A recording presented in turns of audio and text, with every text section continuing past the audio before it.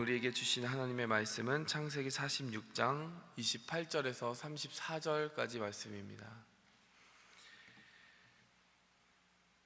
창세기 46장 28절에서 34절까지입니다.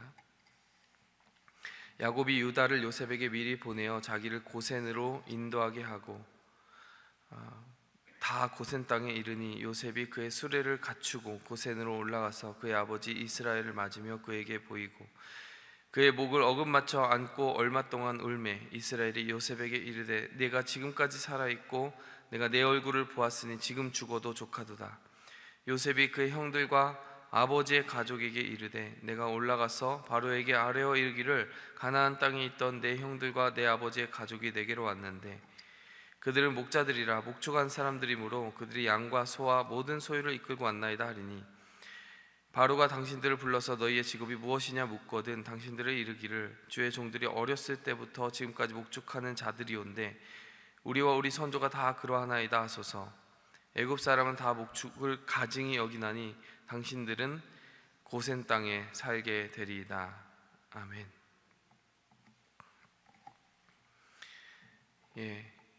이제 본문 말씀 46장 말미에 와서 드디어 야곱이 재회하는 그런 장면이 나옵니다. 야곱이 죽은 줄 알았던 그 요셉과 재회하는 장면이죠. 이 장면에서 요셉이 중요한 전략 한 가지를 지금 제시하고 있습니다. 이 온 야곱의 가족이 지금 이제 이집트로 들어오게 되었는데 이집트에서 정착하고 살기 위해서는 이러이러한 말로 파라오에게 나아가서 말을 해야 된다. 그리고 그렇게 되면 파라오가 그 말을 듣고 고센 땅이라는 곳을 고센 땅이라는 어떤 구별된 장소와 땅을 주어서 우리 가족들이 살 수 있는 공간을 마련해 줄 것이다. 이렇게 요셉이 전략을 제시하고 있습니다. 이 부분을 보면 참 요셉이 치밀하고 전략적이고 준비되어 있구나 이렇게 생각하기가 쉽습니다.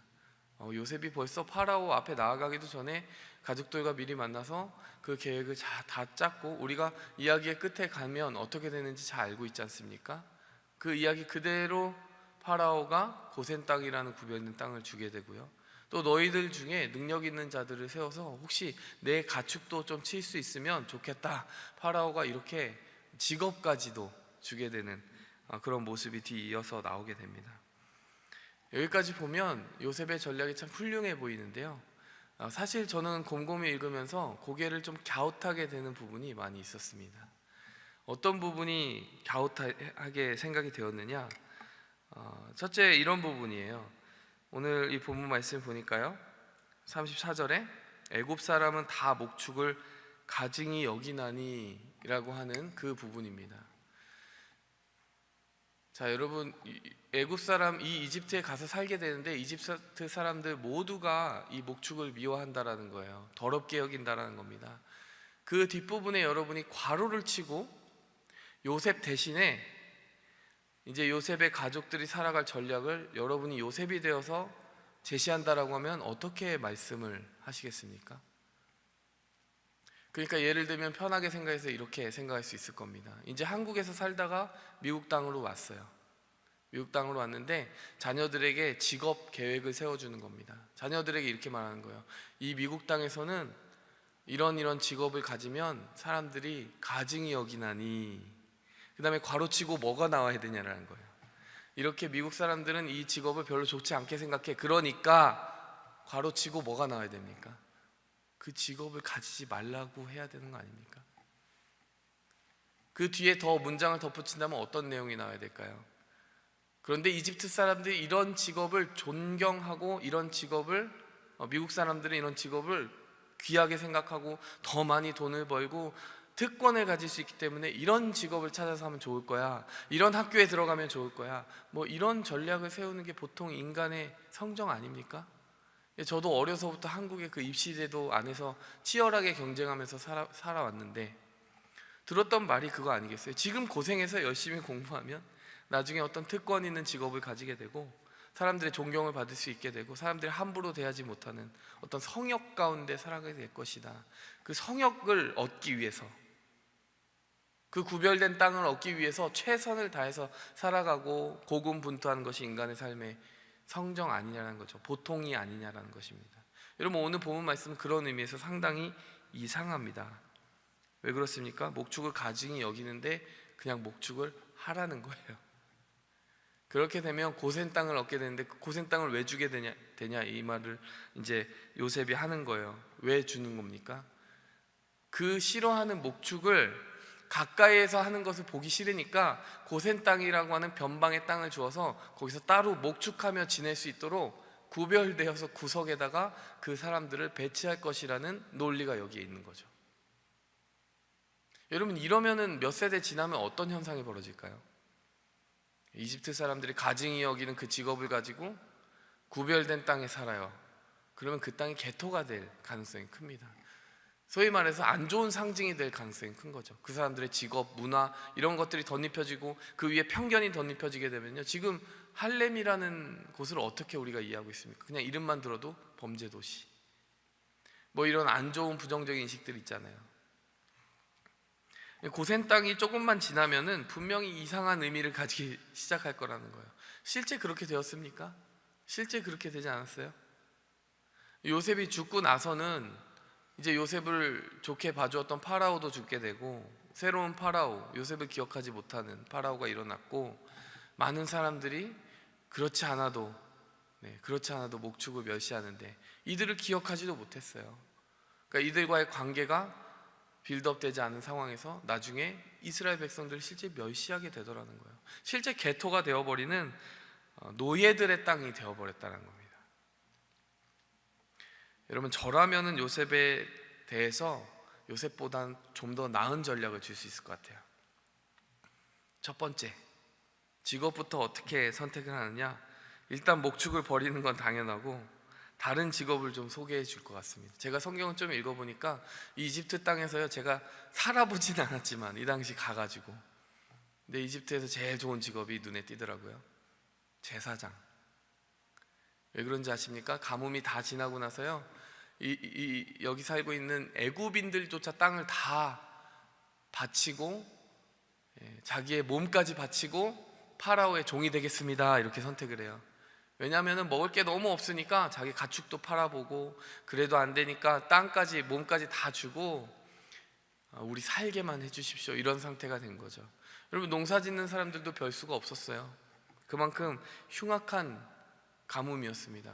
그런데 그 땅 가운데 땅을 잃지 않은 유일한 그룹이 있었는데 누군지 아십니까? 제사장이었어요. 제사장이 왜 땅을 잃지 않았느냐? 파라오가 직접 녹을 주었기 때문에, 파라오 밑에 직속으로 들어가 있는 사람들이었기 때문에 땅을 잃지 않았다 이렇게 성경이 설명하고 있어요. 근데 여기서 조금만 더 머리를 굴려보잖아요. 요셉이 누구와 결혼했습니까? 제사장의 딸과 결혼했습니다. 그러면은 줄이 있는 거예요.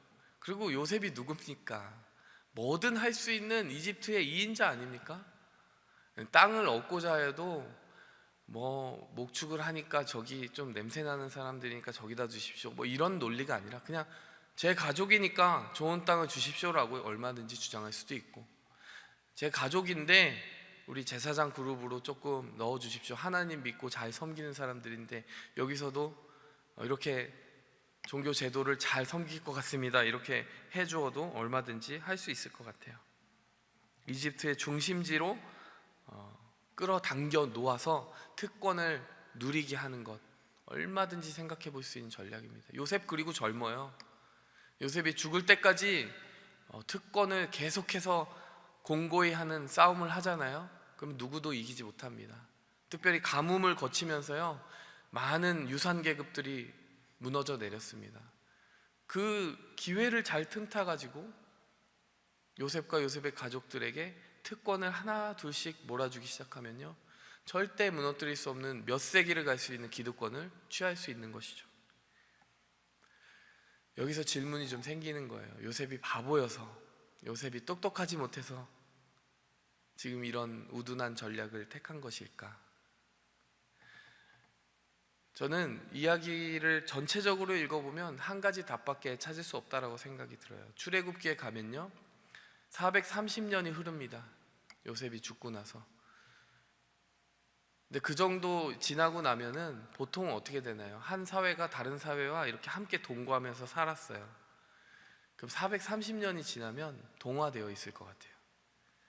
근데 그 당시 상황을 그림으로 그려보면요, 이스라엘 사람들이 노예 생활을 하고 있고요, 그리고 아주 의미심장한 말이 나옵니다. 그 고통과 그 압제 때문에 하나님께 부르짖었다라고 이야기합니다. 여러분, 그 땅에 우상이 가득해요. 조상들의 하나님은 기억날까 싶을 정도로 오랜 세월이 흘렀고요, 우상에게 기도해도 이상하지 않습니다. 그런데 그들은 우상에게 기도하지 않아요. 왜 그럴까요? 우상이 그들에게 통하지 않기 때문입니다. 그 땅에서 아무리 열심히 우상에게 기도해봤자 자신들은 세컨드 시티즌, third citizen, 정말 압제받고 멸시받는 사람들이었다라는 거예요. 여러분들 곰곰이 생각해보면요, 그것 때문에 기도한 것 아닐까요? 그것 때문에 동화되지 않은 거 아니에요? 아마요, 요셉이 이 사람들을 자기 살아생전에 특권층에 올려놨으면요, 그냥 이집트 사람이 되었을 것 같아요. 이집트 사람들이랑 똑같이 옷 입고 이집트의 모든 종교와 관습과 문화를 흡수하고 그것을 가지고 통치 기반을 만들고 통치층이 될 수 있었겠죠. 하늘을 걷는 기분으로 살 수가 있었을 겁니다. 네, 여러분, 그게 하늘을 걷는 길입니까? 여러분, 그렇게 몇 세대만 지나면요, 출애굽기 1장이 없어지는 거예요. 하나님께 부르짖고 기도하는 민족이 사라지게 되는 겁니다. 그러면 어떻게 되느냐? 그냥 요셉도 있고 아브라함, 이삭, 야곱도 있고 자기들이 누군지도 있고 목축은 말할 것도 없고 아무것도 남아있지 않게 되는 겁니다. 하나님의 수중에 아무것도 남아있지 않게 돼요. 여러분, 요셉의 통찰력이 무엇인지 아세요? 요셉은 이집트에서 얻을 수 있는 그 어떤 보화보다도 하나님의 백성으로 구별되어 살아가는 것의 가치가 가장 귀하다는 걸 알았던 사람이에요. 내가 얼마든지 조금 힘써보면은 할 수 있는 게 너무 많았어요. 근데 그렇게 했다가는 너무 위험한 땅인 거예요. 이 땅은 우상이 가득한 땅인 거예요. 자기도 비록 제사장의 딸과 결혼했지만 정말 살아계신 하나님을 믿는 신앙인이 아니라는 것을 금방 알 수 있었어요. 가짜 우상들이었다는 걸 알 수 있었다는 거예요. 여러분, 어떤 땅이 약속의 땅일까요? 약속의 땅은 여러분, 구별된 땅이 약속의 땅입니다. 내가 하나님의 백성으로서 세상의 우상을 섬기지 않고 구별된 모습과 구별된 정체성을 가지고, 세상 사람들은 돈이 신이라고 얘기하고 권력이 신이라고 얘기하고 특권이 신이라고 얘기할 때 그것이 아니다.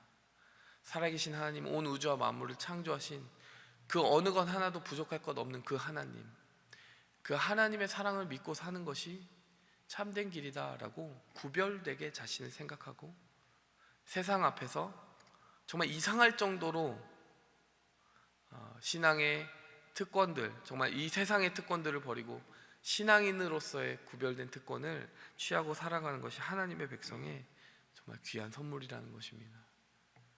여러분, 어떻게 해야 이렇게 살 수 있는지 아세요? 히브리서 11장 22절을 보니까 요셉이 어떤 마음을 가지고 살았는지가 나옵니다. 요셉이 이렇게 이야기해요.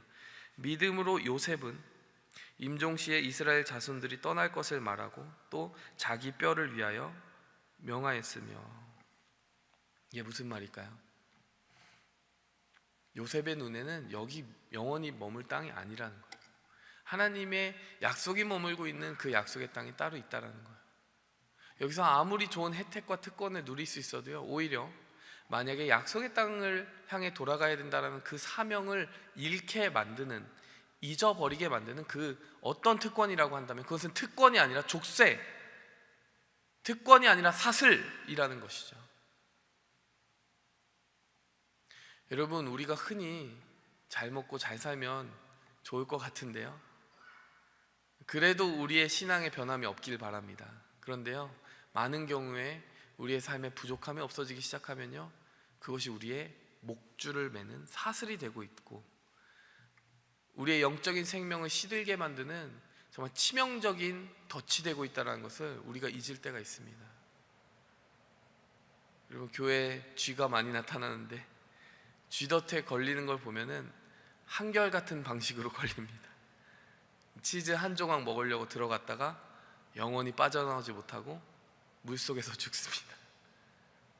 여러분, 우리도 마찬가지가 아닐까요? 이 세상에서 우리는요, 지혜롭게 살아야 돼요. 지혜롭게 산다는 것은 우리의 코를 향긋하게 만드는 어떤 치즈를 쫓아다니는 것이 아닙니다. 여러분, 저 너머에 있는 천국의 향기를 맡을 수 있는 사람, 이 세상이 주는 그 잠시의 향기가 우리를 취하게 하지 않을 수 있다면요, 우리가 정말 구원받은 신자로 살아갈 수 있다라고 이야기할 수 있을 것입니다. 이 땅에 우리가 영원히 머무는 것이 아니고요, 돌아갈 본향이 있습니다.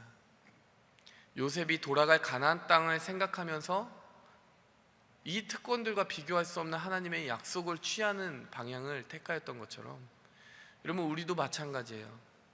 우리가 돌아갈 땅이 있잖아요.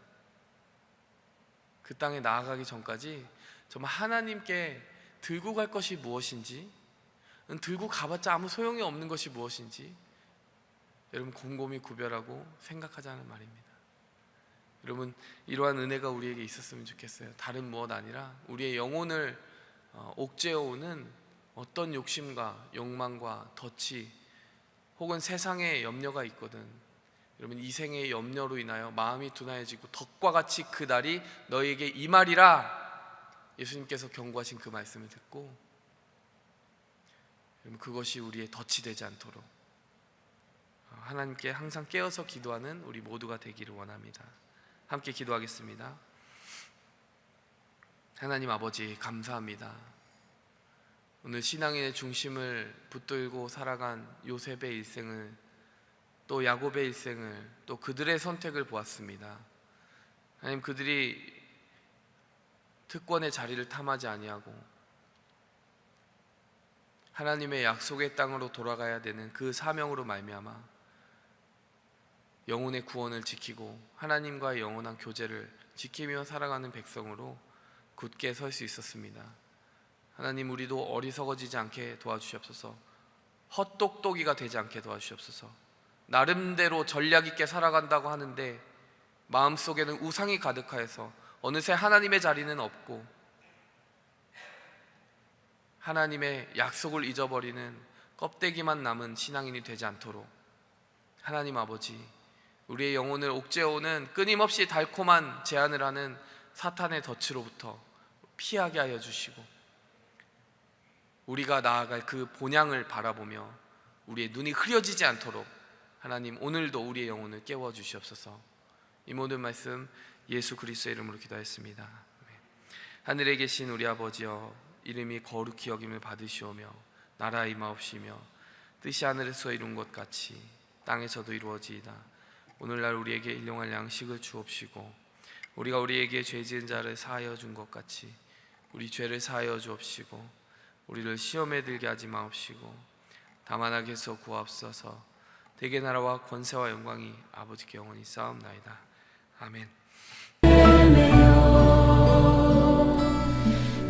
영 기뻐 노래합니다. 이 소망의 언덕 기쁨의 땅에서 주께 사랑 드립니다. 오직 주의 임재 안에 갇혀 내 영 기뻐 찬양합니다. 이 소명의 언덕 거룩한 땅에서